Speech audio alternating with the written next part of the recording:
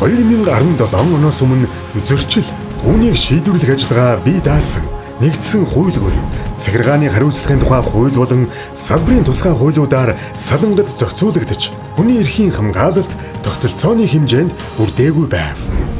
2017 онд зөрчлийн хууль тогтоомж шинжлэгдэж, зөрчлийг нийгмүр шалгах, прокурорын хяналт тавих, хүний эрхийг хамгаалах эрх зүйн суурь бүрдэв.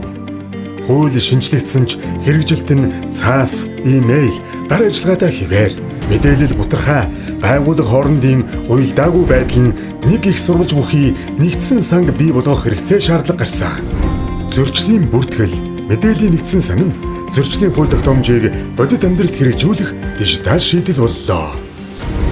Нэгдсэн сан бол зөвхөн бүртгэл биш. Энэ бол зөрчлийн хууль тогтоомж цахим орчинд бодитоор хэрэгжиж, хүний эрх хамгаалагдах шинэ боломж бүрдэж байна. Зөрчлийн бүртгэл мэдээллийн нэгдсэн сангаар хууль хэрэгжин. Хүний эрх баталгаажин. Зөрчлийн бүртгэл мэдээллийн нэгдсэн сан.